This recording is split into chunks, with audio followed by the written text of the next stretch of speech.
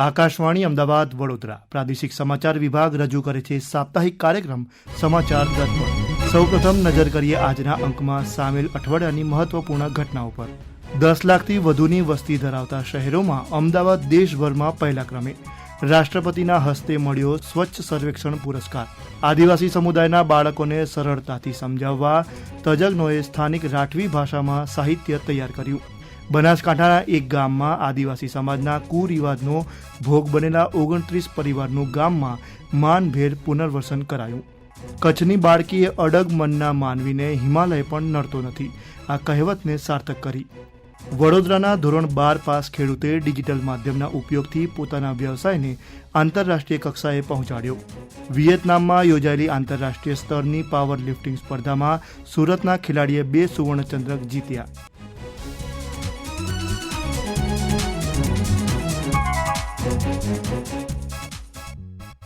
ગુજરાતનું આર્થિક પાટનગર ગણાતું અમદાવાદ શહેર આજે તમામ ક્ષેત્રમાં અગ્રેસર છે, ત્યારે હવે અમદાવાદના માથે વધુ એક યશ કલગી ઉમેરાઈ છે। તાજેતરમાં જ નવી દિલ્હીમાં સ્વચ્છ સર્વેક્ષણ પુરસ્કારમાં 10 લાખથી વધુ વસ્તી ધરાવતા શહેરોમાં અમદાવાદને સમગ્ર દેશમાં સૌથી સ્વચ્છ શહેર તરીકે પ્રથમ પુરસ્કાર મળ્યો છે। પ્રવક્તા મંત્રી ઋષિકેશ પટેલ, શહેરના મેયર પ્રતિભા જૈન અને મ્યુનિસિપલ કમિશનર બંછાનિધિ પાનીએ રાષ્ટ્રપતિ દ્રૌપદી મુર્મુના હસ્તે આ પુરસ્કાર સ્વીકાર્યો હતો। અમદાવાદના મેયર પ્રતિભા જૈને સફાઈ કર્મીઓ અને નગરજનોના અમૂલ્ય યોગદાન બદલ તમામ લોકોનો આભાર વ્યક્ત કર્યો। સ્વચ્છ સર્વેક્ષણ અંતર્ગત આખાય ભારતમાં અમદાવાદ શહેરને પ્રથમ સ્થાન મળ્યું છે। આપણા સૌના માટે ખૂબ જ ગૌરવની બાબત છે। એના માટે હું એએમસીના સમસ્ત કમિશનરશ્રીની સાથે સાથે અધિકારીશ્રીઓ, પદાધિકારીશ્રીઓ અને ખાસ કરીને સફાઈ કર્મીઓનો જે અમૂલ્ય યોગદાન માટે હું હૃદયપૂર્વક ખૂબ ખૂબ આભાર વ્યક્ત કરું છું। અમદાવાદ શહેરે કેવી રીતે આપણે પ્રથમ સ્થાન પ્રાપ્ત કરીએ એના માટેના વિશેષ પ્રયત્નો કરી અને તમામ નાગરિકોનું એમાં સહિયારા પ્રયાસથી, સફાઈ કર્મીઓના સહિયારા પ્રયાસથી અને એની સાથે સાથે જ પરોક્ષ અને પ્રત્યક્ષ રીતે મીડિયાના મિત્રોના સહિયારા પ્રયાસથી આ સફળતા હાસિલ થઈ છે। એના માટે હું સૌએ પત્રકાર મિત્રોને પણ ખૂબ ખૂબ ધન્યવાદ પાઠવું છું। આપણે જે સૌથી સારી જે પદ્ધતિ ડોર ટુ ડોર વાળી જે કચરા સંગ્રહણ પ્રણાલી, જે પ્રબંધન સમિતિ અને જે કચરો એકત્રિત કરી અને પીરાના ડમ્પિંગ સાઇટમાં જે આપણે બાયોમેનિંગ કરી અને આ કચરાને જે રિયુઝ કરવાની જે પ્રણાલી અપનાવી, એના લીધે આપણે આ પ્રથમ સ્થાન મેળવ્યું છે। એની સાથે સાથે આપણે કચરાનો રિડ્યુઝ, રીયુઝ અને રિસાયકલિંગ એના માટેનો આપણે પ્રથમ સ્થાન છે। અને એની સાથે સાથે જ કચરાની જે વિવિધ પ્રોસેસ કરીને એના માટે વીજળી ઉત્પન્ન કરવામાં આવે છે અને એના માટે જે પેવર બ્લોક પણ બનાવવામાં આવે છે અને એની સાથે સાથે ખાતર પણ બનાવવામાં આવે છે। એનો ઉપયોગ આપણે અમદાવાદ શહેરમાં થઈ રહ્યો છે। એના માટે જે આપણને આ સફળતા મળી છે, સૌનો ખૂબ ખૂબ આભાર। તાજેતરમાં અમદાવાદ મહાનગરપાલિકા દ્વારા શહેરી વિકાસ વર્ષ 2025 અંતર્ગત યોજાયેલા કાર્યક્રમમાં મુખ્યમંત્રી ભૂપેન્દ્ર પટેલે સ્વચ્છતામાં પાયાનું યોગદાન આપનારા સફાઈ પ્રહરીઓનું સન્માન કર્યું, તેમજ તેમણે શહેરીજનોને સ્વચ્છ સર્વેક્ષણમાં પહેલા ક્રમે આવવા બદલ અભિનંદન પાઠવ્યા। 10 લાખથી વધુ વસ્તી ધરાવતા શહેરોની કેટેગરીમાં સૌથી સ્વચ્છ શહેરોનો એવોર્ડ એ આપણા અમદાવાદ શહેરને મળ્યો છે। એ માટે સૌ પ્રથમ જો કોઈ હકદાર હોય તો એ સર્વ સફાઈ કામદાર મિત્રો, એમને સૌથી પહેલાં અભિનંદન પાઠવું છું। અમદાવાદ મહાનગરપાલિકાના સૌ મેયરશ્રી અને કમિશનરશ્રીની ટીમ, આપ સૌને પણ અને નગરજનોને પણ ખૂબ ખૂબ અભિનંદન પાઠવું છું। સૌને સાથે લઈને ચાલનારું વિઝનરી નેતૃત્વ, સ્વચ્છતા સફાઈને કેવું મોટું જન આંદોલન બનાવી શકે છે તે વિશ્વ નેતા અને વડાપ્રધાન શ્રી નરેન્દ્રભાઈ મોદીએ દેશ અને દુનિયાને બતાવ્યું છે। આજે નાના બાળકોથી લઈને વયોવૃદ્ધ વડીલો સૌ કોઈ સ્વચ્છતા માટે સજાગ બન્યા છે અને સ્વચ્છતા સહજ સ્વભાવ બની ગઈ છે। તેના પ્રેરણા સ્ત્રોત કોઈ હોય તો એ આપણા મોદી સાહેબ છે। નાના ગામડાથી લઈ મહાનગર સુધી હવે સ્વચ્છતા જ પ્રભુતાનો મંત્ર સર્વત્ર ગુંજી રહ્યો છે। ખાસ કરીને શહેરોમાં વધતી જતી વસ્તી અને શહેરીકરણના વ્યાપના પડકારોને સમસ્યા નહીં પણ અવસર તરીકે જોવાનો અભિગમ મોદી સાહેબે સૌમાં વિકસાવ્યો છે.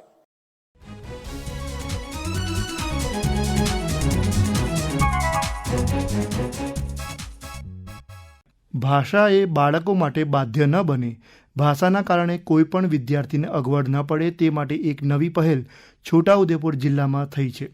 જિલ્લાના ગ્રામીણ વિસ્તારની પ્રાથમિક શાળાના વિદ્યાર્થીઓને નવી શિક્ષણ નીતિ મુજબ સ્થાનિક ભાષા એટલે કે રાઠવી બોલીમાં શિક્ષણ આપવામાં આવી રહ્યું છે.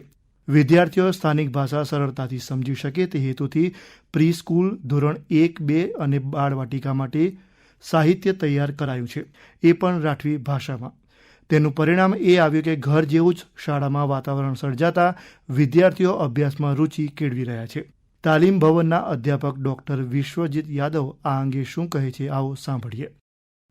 છોટાઉદેપુર તાલુકા, કવાંટ તાલુકા અને નસવાડી તાલુકામાં જે રાઠ વિસ્તાર છે અને ભીલી બોલી બોલાતા વિસ્તારોમાં બાલવાટિકાથી લઈને આપણે ધોરણ 5 સુધીના જે હાલ અભ્યાસક્રમ ચાલી રહ્યો છે એની સાથે અનુબંધ કરતા બોલીને મહત્વ આપવામાં આવ્યું છે અને એક સંદર્ભ સાહિત્ય તૈયાર કરવામાં આવ્યું છે, જે અન્ય જિલ્લામાંથી આપણા જિલ્લામાં કાર્ય કરતા શિક્ષક મિત્રો માટે ઉપયોગી બનશે, જેથી અહીંના માતૃભાષામાં એટલે કે રાઠવી અને ભીલી બોલીમાં બોલતા વિદ્યાર્થીઓ એની ઘરની ભાષામાં વાતચીત કરી શકે અને એનું સાથેનું પ્રત્યાયન શિક્ષક મિત્રો ખૂબ સરળતાથી કરી શકે, આત્મીયતા કેળવી શકે અને બાળકો સાથે તાદાત્મ્ય પણ કેળવી શકે, જેથી બાળકોનું શીખવાની પ્રક્રિયા પર એની અસર થઈ શકે. એ ઉદ્દેશથી આ તાલીમી સાહિત્ય તૈયાર કરવામાં આવ્યું છે.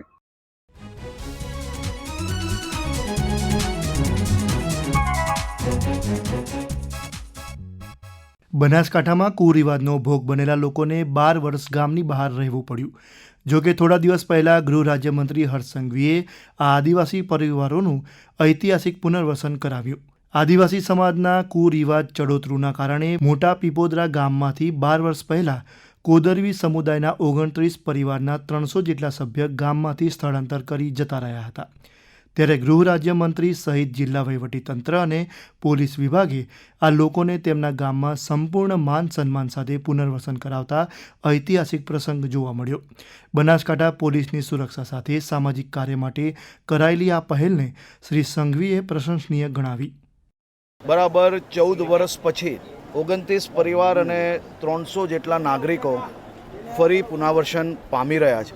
હું બનાસકાંઠા જિલ્લા પોલીસને, વહીવટી તંત્રને ખૂબ અભિનંદન આપું છું કે જેમને માત્ર કાયદાની ચોપડીએ નહીં પરંતુ સામાજિક અને પ્રેમની ચોપડીએ બેઉ સમાજોની વચ્ચે રહીને છેલ્લા અનેક મહિનાઓથી બેઠકો કરાવીને વહીવટી તંત્ર બનાસકાંઠાને અને પોલીસે સાથે મળીને આ બેઉ સમાજને ભેગા કર્યા અને વર્ષો જૂની જે પ્રથા છે એ પ્રથાને બાજુમાં મૂકીને આગળ વધવાનું અને પ્રેમના સંબંધને એક નવો સંબંધ બનાવરાવીને આ લોકોને આજે પાછું પુનર્વસન કરાવરાવ્યું છે.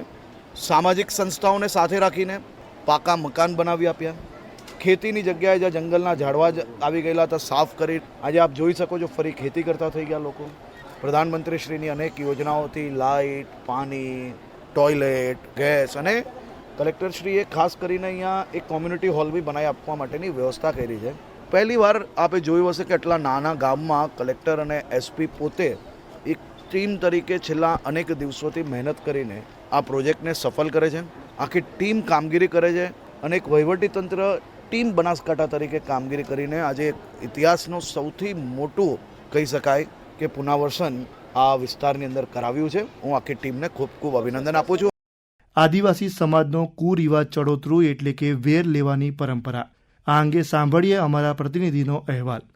આદિવાસી સમાજનો એક કુરિવાજ ચડોતરું એટલે કે વેર લેવાની પરંપરા. આ ચડોતરું કુરિવાજને કારણે દાંતા તાલુકાના મોટા પીપોદરા ગામમાંથી 12 વર્ષ પહેલા સ્થળાંતર કરીને કોદરવી સમુદાયના 29 પરિવારોના 300 જેટલા સભ્યો પાલનપુર તથા સુરત ચાલ્યા ગયા હતા. મંત્રી હર્ષભાઈ સંઘવીના માર્ગદર્શન હેઠળ બનાસકાંઠા પોલીસે આ સમુદાયની વિગતો મેળવીને તેમનો સંપર્ક કર્યો હતો. ગ્રામ પંચાયતના આગેવાનો તથા બંને સમુદાયના આગેવાનો સાથે બેઠકો કરી આ પરિવારોના પુનર્વસન બાદ ગામમાં સુલેહ શાંતિ જળવાઈ રહે તે માટે બેઠકો કરી હતી. આ પરિવારોની આ ગામમાં 8.5 હેક્ટર જેટલી જમીન પણ છે. બનાસકાંઠા પોલીસે આ જમીન ક્યાં છે તે જગ્યા અને તેની માપણી સહિતની કામગીરી કરી સંકલનમાં રહીને પૂર્ણ કરી હતી. જાડી ઝાંખરા ઉગીને વેરાન બની ગયેલી આ જગ્યા ખેતીલાયક કરી આપી. ઉપરાંત આ પરિવારો માટે હાલમાં 2 મકાન તૈયાર કરાવી આપ્યા અને જિલ્લા વહીવટી તંત્ર દ્વારા પ્રધાનમંત્રી આવાસ યોજના તથા વિવિધ સ્વૈચ્છિક સામાજિક સંસ્થાઓ સાથે મળીને બાકીના પરિવારોને પણ ટૂંક સમયમાં મકાન તેમજ અન્ય જીવન જરૂરી સુવિધાઓ ઉપલબ્ધ બની રહે તે પ્રકારની કામગીરી થઈ રહી છે. સવજી ચૌધરી, આકાશવાણી સમાચાર, બનાસકાંઠા.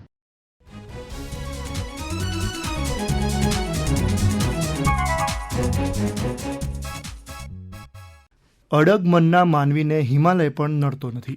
આ કહેવત કચ્છની એક બાળકીએ સાર્થક કરી બતાવી છે. આ બાળકીનું નામ છે નસીમ. તેમણે 5 વર્ષની વયે તેમના પિતાની છત્રછાયા ગુમાવી દીધી. ઘરની પરિસ્થિતિને પહોંચી વળવા અને માતાને મદદરૂપ થવા તેમણે ધોરણ 10 પછી અભ્યાસ પણ છોડી દીધો. ત્યારબાદ તેઓ તેમના પિતાના પરંપરાગત વ્યવસાય બાંધણીના રંગાટ કામમાં જોડાઈ ગયા. દરમિયાન તેમણે ફરી અભ્યાસ શરૂ કર્યો અને એક્સટર્નલ વિદ્યાર્થી તરીકે પરીક્ષા આપી. એટલું જ નહીં, તેઓ ધોરણ 12માં 93% સાથે A1 ગ્રેડથી પાસ થયા. હાલમાં તેઓ ચાર્ટર્ડ એકાઉન્ટન્ટનો અભ્યાસ કરી આત્મનિર્ભર બની રહ્યા છે. સાંભળીએ સંઘર્ષ કરનારા વિદ્યાર્થીની નસીબની પ્રતિક્રિયા. હું ધોરણ 12માં ખાનગી વિદ્યાર્થી તરીકે પરીક્ષા આપી અને મેં 99.66% રેન્ક મેળવ્યા અને તેની સાથે 93.14% થાય છે. હું ખાનગી વિદ્યાર્થી તરીકે ભણતી હતી ત્યારે સ્માઇલ ટ્યુશન હબમાં અભ્યાસ કર્યો છે મેં અને આ બાબતમાં મને મારી માતા, બહેન તથા તમામ શિક્ષકો છે તેના તરફથી પૂરો સહકાર મળ્યો છે. અમારી ઘરની પરિસ્થિતિ થોડીક વિકટ હોવાને કારણે હું ખાનગી વિદ્યાર્થી તરીકે ભણતી ત્યારે ઘરના કામ પણ કરતી અને જે અમારો ખત્રી કામ રંગાટનો જે બિઝનેસ છે એ પણ સાથે સાથે કરતી હતી. આ સાથે ભણવાનું પણ ચાલુ રાખ્યું, જેમાં મેં ખૂબ જ સફળતા પ્રાપ્ત કરી છે.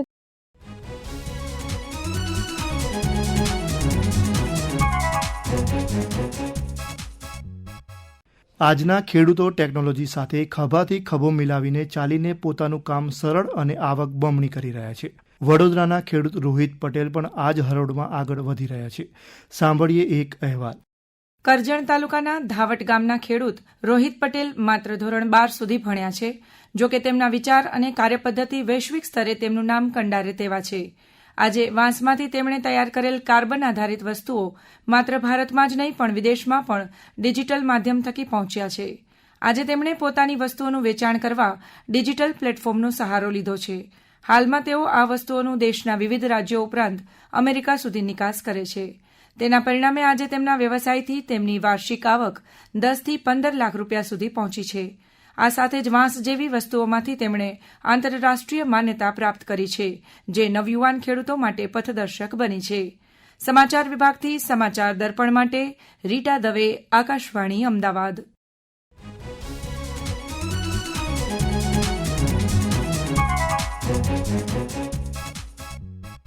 રાજ્યના ખેલાડીઓ આજે રાષ્ટ્રીય અને આંતરરાષ્ટ્રીય સ્તરે ખ્યાતિ મેળવી રહ્યા છે. આમાં સુરતના ખેલાડીઓ પણ પાછળ નથી. તાજેતરમાં વિયેતનામમાં યોજાયેલી એશિયન પાવર લિફ્ટિંગ ચેમ્પિયનશિપ 2025માં સુરતના ખેલાડીએ 2 સુવર્ણચંદ્રક જીત્યા છે. સાંભળીએ એક અહેવાલ.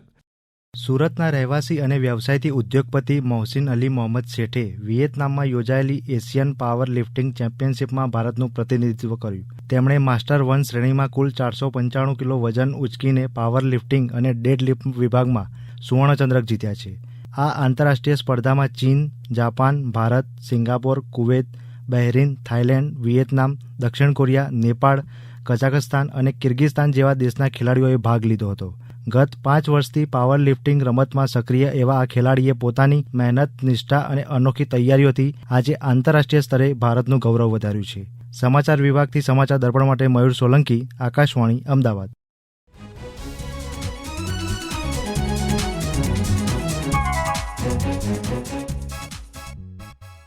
આ સાથે સમાચાર દર્પણનો આજનો અંક પૂરો થયો. ફરી મળીએ આવતા મંગળવારે નવા અંક સાથે.